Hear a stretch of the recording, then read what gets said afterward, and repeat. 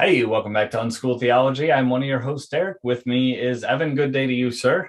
Good day to you, sir. All right, real quick, since the previous episode, Evan had one more thought I think he wanted to mention on the serpent before we dive in here to Genesis 3, verses 2 and 3 for the woman's response. So go ahead and make It's that now, I guess. it's very brief. We just talked about the serpent being the shrewdest of all animals, and we didn't highlight fully how we did. We talked about the brilliance Mhm. of the thing, the statement he makes, but it is a really brilliant statement. It's very clever. It's smart. It's gets the intended thing that he wants. I think it's important to recognize in that brilliance is not a categorical good. Oh, yeah. Hmm. So we see in the serpent that we see that brilliance, something that is incredibly Smart. intelligent, IQ, can be yeah. used.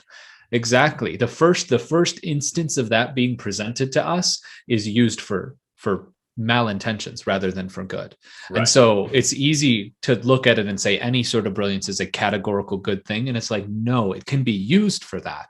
And we can maybe find a way to do that, but it can be used and is first shown to us as being used Yes. to tempt. Yes. So Yes. brilliance is not a categorical good. So Yes. that's Yeah, I very just good. think Yeah. that's significant to take from that. Yeah. Yeah. All right. So Genesis 3, verses 2 and 3. And the woman said to the serpent, we may eat of the fruit of the trees in the garden, but God said, you shall not eat of the fruit of the tree that is in the midst of the garden, neither shall you touch it, lest you die.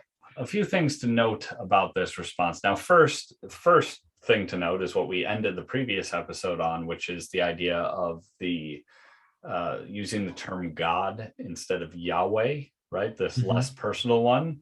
And Mm-hmm. the shrewdness of the serpent emerges because here Eve, in her response, mirrors the serpent. So rather than saying Yahweh and using that more intimate term, she uses Ah, God, right? And that pushes her, she's playing into the serpent's hands there, right? That's very subtle, but it's pushing God further away and opening the door to her mind making a poor calculation. yeah. Apologies for the screaming child in the background, but these things happen.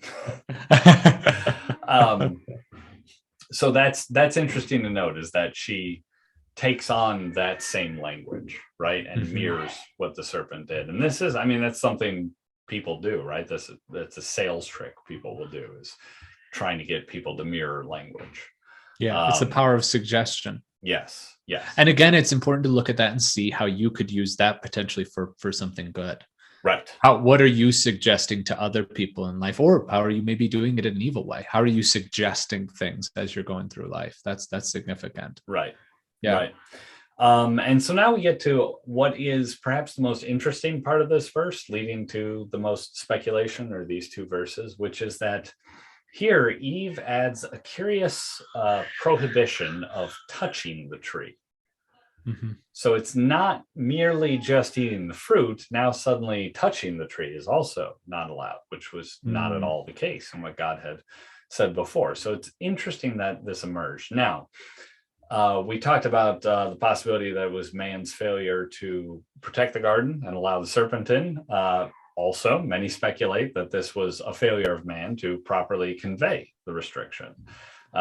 Because in the narrative, the original instruction was given only to the man or the human at the time. And, here it is the woman conveying this. So some would like to say that in a game of telephone or something that was conveyed incorrectly. Others, some people speculate that the woman was already maybe again playing into, the serpent's ideas as sort of portraying the prohibition as being overbearing, right?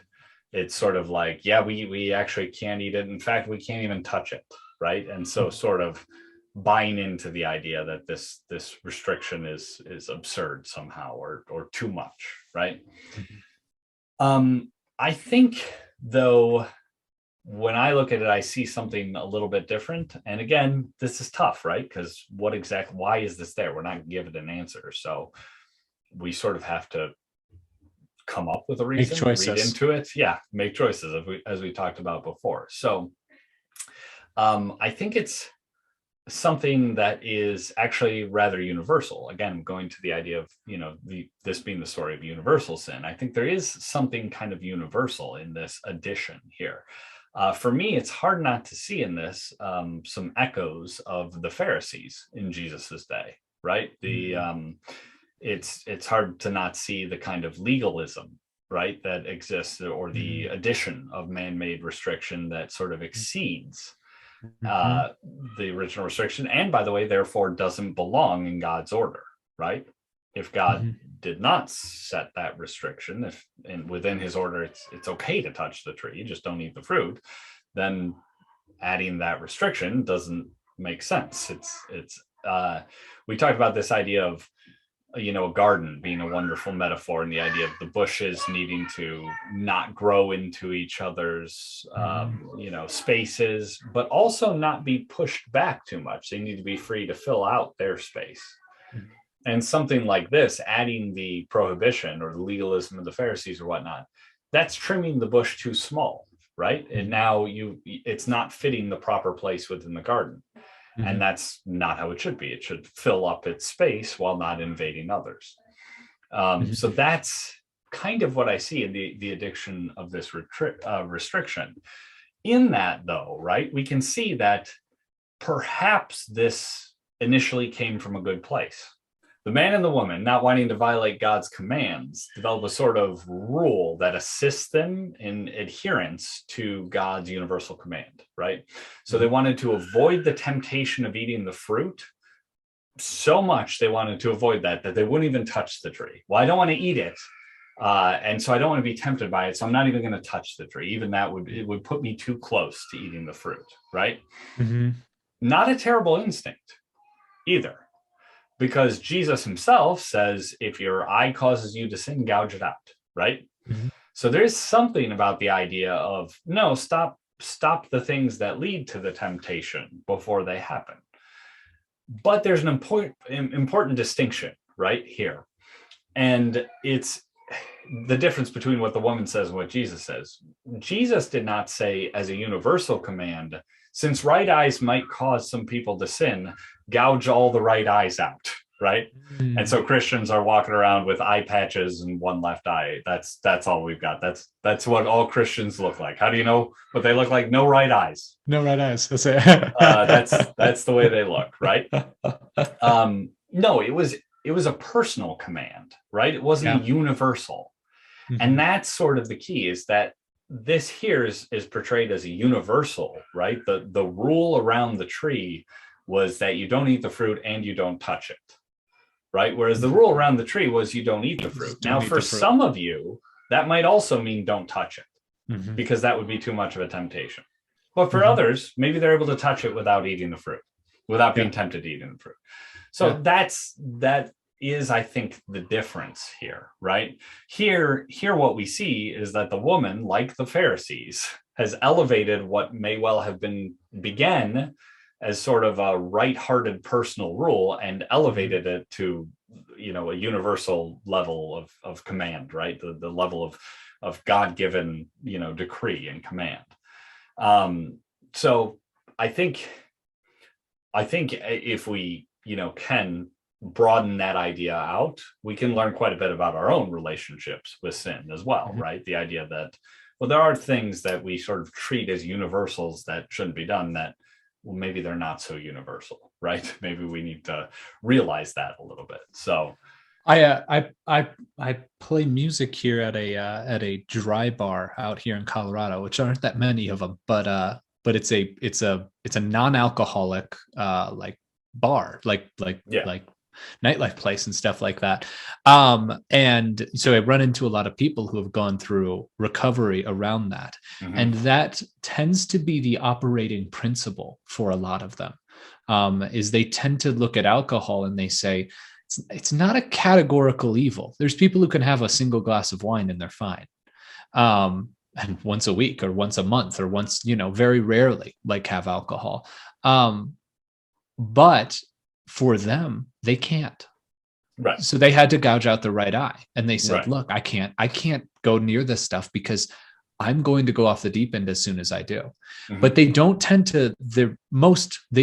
to, say alcohol is categorically evil. Now that might step on toes of people who have a variety of beliefs, because I know within the Christian community there's a variety of beliefs on alcohol. But just as a example of someone trying to thread that needle, I've seen that in practice around Right. alcohol for people who've gone through recovery, who've said, I had to gouge my eye out. Right. But that doesn't mean that everybody can't touch the tree. It means Right. don't eat the fruit. Right. Right. And that's that perhaps that in be practice. The drunkenness. Exactly. Which, So that would be forfeiting to even it. going to that, the first several examples of the use of alcohol in the Bible, it does lead directly to drunkenness, right? So there is that is that you're definitely playing with fire with that one, but but again, the key is that the sort of changing your calculations, right? You reach a point where it changes your decision making. Exactly. And that's obviously the danger there, especially for a Christian one wanting to follow God's orders. So exactly. But one can see that in practice, perhaps in any other sphere or any other type of sin, to say like, look, maybe you can't do that, but I can, Right. Maybe you can't go, maybe I can go to a horse race without, gambling all of my money away. Right. But maybe there's people who can't. And right. Yes. Maybe you should avoid the horse track entirely. That, Yeah, exactly. I don't think I've ever been to a horse track. I'm going to be honest, but like I would be down. I don't think I've gambled in my life. Maybe I have, but I don't think I have. I play poker. I play poker, I guess. I would say if you have savings, you're gambling, right? Like it's all gambling. Well, okay. Right? There we go. I have not partaken in traditional gambling. If you've invested in something, it's gambling. There's risk everywhere. So there is risk everywhere. There we go. There we go. Yeah. All right. So with that, I think we'll wrap up. It's important to note here what happens though is the incorrect statement of God's command here sort of opens the door, I guess, for the serpent to present another half truth, which we'll see again in the next episode. So until then, be sure to like, subscribe, and hit us up on School Theology at protonmail.com. Join our mailing list, all of those things, share with a friend, and next time, probably a little less background noise. So we'll see you then.